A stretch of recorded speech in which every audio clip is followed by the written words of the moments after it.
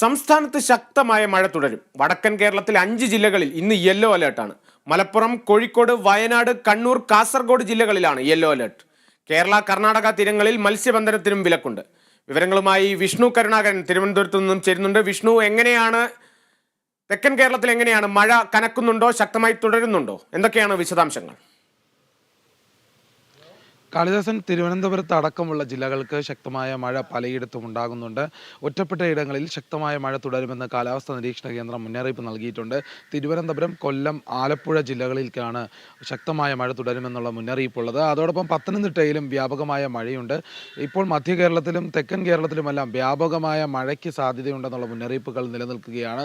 വടക്കൻ കേരളത്തിലാണ് അതിശക്തമായ മഴ കഴിഞ്ഞ ദിവസങ്ങളിലെല്ലാം ഉണ്ടായിരുന്നത്. അതിൻ്റെ ഭാഗമായി തുടരുമ്പോൾ ഇനി തെക്കൻ കേരളത്തിലും വ്യാപകമായ മഴ ഇന്നുണ്ടാകുമെന്നുള്ള മുന്നറിയിപ്പ് നൽകുന്നുണ്ട്. രാവിലെ മുതൽ തന്നെ ജില്ലയിലെ പലയിടങ്ങളിൽ, തിരുവനന്തപുരം അടക്കമുള്ള ഇടങ്ങളിൽ പലയിടങ്ങളിൽ ഒറ്റപ്പെട്ട ഇടങ്ങളിൽ ശക്തമായ മഴ തുടരുന്നൊരു സാഹചര്യമുണ്ട്. മലയോര മേഖലകളിൽ ജാഗ്രത പാലിക്കാനുള്ള നിർദ്ദേശം നേരത്തെ തന്നെ നൽകിയിട്ടുണ്ട്. തീരദേശ മേഖലകളിലും കടലാക്രമണ സാധ്യത നിലനിൽക്കുന്നതിനാൽ യാത്രകൾ ഒഴിവാക്കാനുള്ള ഒരു മുന്നറിയിപ്പും സാധാരണഗതിയിൽ ഉണ്ടാകുന്നുണ്ട്. അത് ഇപ്പോഴും തുടരുന്നു. അതോടൊപ്പം മത്സ്യബന്ധനത്തിലുള്ള വിലക്കും നിലനിൽക്കുന്ന ഒരു സാഹചര്യം തന്നെയാണ്. ഏതായാലും ജില്ലയിൽ തിരുവനന്തപുരം മാത്രമല്ല, തിരുവനന്തപുരം, കൊല്ലം, ആലപ്പുഴ ജില്ലകളിൽ ഏകദേശം ഒരല്പസമയം കൂടി വലിയ രീതിയിലുള്ള മഴ ഒറ്റപ്പെട്ട ഇടങ്ങളിൽ ഉണ്ടാകുമെന്നുള്ള മുന്നറിയിപ്പാണ് നൽകിയിരിക്കുന്നത്. ഇനി പുതുക്കിയ അലേർട്ടുകൾ വരണം. ഏതായാലും ശക്തമായ മഴ തുടരുമെന്നുള്ളൊരു മുന്നറിയിപ്പ് തന്നെയാണ് ഇപ്പോഴും തുടരുന്നത്.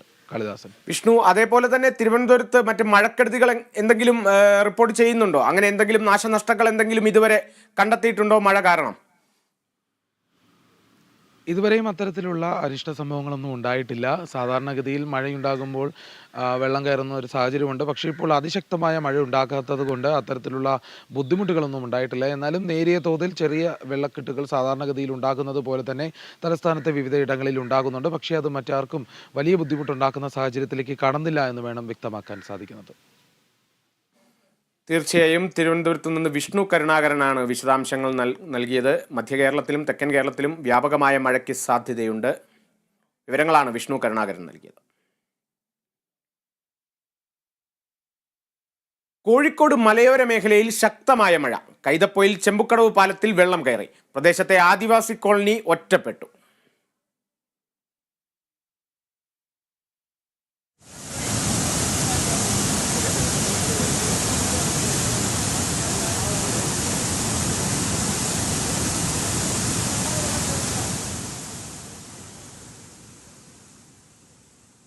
വടക്കൻ കേരളത്തിലെ മഴയുടെ സമഗ്ര വിവരങ്ങളുമായി റിയാസ് KMR കോഴിക്കോട് നിന്നും ചേരുന്നുണ്ട്. റിയാസ്, എങ്ങനെയാണ്? മഴ തുടരുന്നുണ്ടോ?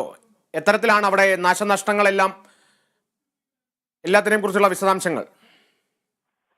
കോഴിക്കോട് നഗരത്തിൽ ശക്തമായ മഴ ഇപ്പോൾ തുടരുകയാണ്. ഒരു ഇടവേള നേരത്തെ ഉണ്ടായിരുന്നു. എന്നാൽ ഇപ്പോൾ മഴ വീണ്ടും നഗരത്തിൽ ഉൾപ്പെടെ കനത്തിരിക്കുകയാണ്. മലയോര മേഖലയിൽ നിർത്താതെ പെയ്യുന്ന ഒരു മഴയാണ്. അതുകൊണ്ട് തന്നെ പുഴകളിലെല്ലാം തന്നെ വെള്ളം കയറുന്ന ഒരു സാഹചര്യമുണ്ടായി. ആനക്കാംപൊയിൽ, മുത്തപ്പൻ പുഴയിൽ, ഒപ്പം ഇരുവഴിഞ്ഞിപ്പുഴയിൽ, ചെറുപുഴയിൽ എല്ലാം തന്നെ വെള്ളം കയറി ഒരു സാഹചര്യം. പുഴ കരകവിയുന്ന ഒരു സ്ഥിതിയാണുള്ളത്.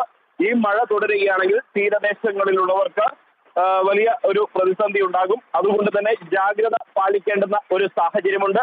ഔദ്യോഗികമായി ജാഗ്രതാ നിർദ്ദേശമൊന്നും പുറപ്പെടുവിച്ചിട്ടില്ല. ഒരുപക്ഷെ ഇന്ന് വൈകുന്നേരത്തോടുകൂടി ഈ ജാഗ്രതാ നിർദ്ദേശം പുറപ്പെടുവിച്ചേക്കും എന്നുള്ളതാണ് മനസ്സിലാകുന്നത്. പുലർച്ചെ മുതൽ തുടങ്ങിയ മഴയിൽ ഇപ്പോൾ ചെമ്പുകടവ് പാലം വെള്ളത്തിനടിയിലാണ്. അടിവാരം, കൈതപ്പൊയിൽ പ്രദേശത്തേക്കുള്ള ആളുകൾക്ക് ഇരുകരകളിലേക്കുമുള്ള സഞ്ചാരം അത് മുടങ്ങിക്കിടക്കുന്ന ഒരു സ്ഥിതിയാണുള്ളത്. കാരണം മഴ ശക്തമായി തന്നെ തുടരുകയാണ്.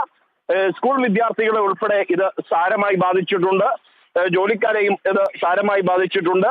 ചെമ്പുകടവ് അക്കരെ പ്രദേശത്തുള്ള ആദിവാസി കോളനിയിൽ കഴിയുന്ന ആദിവാസി കുടുംബങ്ങൾക്ക് അവരെ സംബന്ധിച്ച്, ഈ ആദിവാസി കുടുംബങ്ങളെ സംബന്ധിച്ച് വലിയ ഒരു പ്രതിസന്ധി രൂപപ്പെട്ടിരിക്കുകയാണ്. ഇവർക്ക് അക്കരെ എത്താൻ സാധിക്കാത്ത ഒരു സ്ഥിതിയാണ്. ഈ ആദിവാസി കുടുംബങ്ങൾക്ക് വലിയ ഭീഷണിയായി മഴ തുടരുന്ന ഒരു സാഹചര്യം മാറിയിട്ടുണ്ട്. മഴ ഇതുപോലെ നീളുകയാണെങ്കിൽ വെള്ളം വീണ്ടും കയറും. മഴ എത്രയും പെട്ടെന്ന് ശമിക്കുന്ന ഒരു സാഹചര്യം വന്നാൽ മാത്രമേ ആശ്വാസമുണ്ടാവുകയുള്ളൂ. റിയാസ്, അതേപോലെ തന്നെ വടക്കൻ ജില്ലകളിലെ വടക്ക് കേരളത്തിലെ 5 ജില്ലകളിൽ യെല്ലോ മുന്നറിയിപ്പുണ്ട്. അപ്പോൾ ഈ വടക്കൻ ജില്ലകളിലുള്ള വിനോദസഞ്ചാര കേന്ദ്രങ്ങളിലെയൊക്കെ എങ്ങനെയാണ്? അവിടെ പ്രവേശന വിലക്കോ അങ്ങനെ എന്തെങ്കിലും അറിയിച്ചിട്ടുണ്ടോ? നിലവിലെ സാഹചര്യത്തിൽ പ്രവേശന വിലക്ക് ഒന്നും തന്നെ അറിയിച്ചിട്ടില്ല. വരുന്ന മണിക്കൂറുകളിൽ മഴ കനത്തതിന്റെ പശ്ചാത്തലത്തിൽ അത്തരം നിയന്ത്രണങ്ങൾ അധികാരികൾ കൊണ്ടുവന്നേക്കുമെന്നുള്ള സൂചനകളുണ്ട്. എന്തായാലും കഴിഞ്ഞ ദിവസങ്ങളിൽ എല്ലാം തന്നെ മഴ കുറവായിരുന്നു. പ്രത്യേകിച്ച് കോഴിക്കോടും മലബാർ മേഖലയിലും എല്ലാം തന്നെ മഴയ്ക്ക് ശമനമുണ്ടായിരുന്നു. എന്നാൽ ഇന്ന് പുലർച്ചയോടുകൂടിയാണ് മഴ കൂടുതൽ കനത്തത്. ആ മഴ ശക്തമായി തുടരുന്ന ഒരു പശ്ചാത്തലം ഉണ്ടായിക്കഴിഞ്ഞാൽ പ്രത്യേകിച്ച് വയനാട് ജില്ലയിലെല്ലാം തന്നെ മഴ ശക്തമായി നിലനിൽക്കുന്ന ഒരു സാഹചര്യമുണ്ട്. അതുകൊണ്ട് തന്നെ വിനോദസഞ്ചാര മേഖലകളിൽ അടക്കം പോകുന്ന ആളുകൾ ജാഗ്രത പുലർത്തുന്നത് എന്തായാലും അധികാരികളുടെ നിയന്ത്രണ നിർദ്ദേശം വരുന്നതിന് മുൻപ് തന്നെ നമ്മുടെ സ്വയരക്ഷയ്ക്ക് ഗുണം ചെയ്യുമെന്നാണ് മനസ്സിലാക്കുന്നത്. തീർച്ചയായും വടക്കൻ ജില്ലകളിലെ വിവരങ്ങളാണ് റിയാസ് കേമാൻ നൽകിയത്. വടക്കൻ ജില്ലകളിൽ ശക്തമായി മഴ തുടരുകയാണ്. വയനാട്ടിലേക്ക് വരുമ്പോൾ വയനാട് മുണ്ടക്കൈ, ചൂരൽമല, പുത്തുമല പ്രദേശങ്ങളിൽ കനത്ത മഴ. മുണ്ടക്കൈ പുഴയിൽ മലവെള്ളപ്പാച്ചിൽ. ശക്തമായ മഴയെ തുടർന്ന് പുത്തുമല, വെള്ളാർമല, മുണ്ടക്കൈ സ്കൂളുകൾക്ക് പ്രാദേശിക അവധി പ്രഖ്യാപിച്ചു. കശ്മീർ ദ്വീപുകളിൽ വെള്ളം കയറിയതിനാൽ ഒരു കുടുംബത്തെ മാറ്റിപ്പാർപ്പിച്ചു.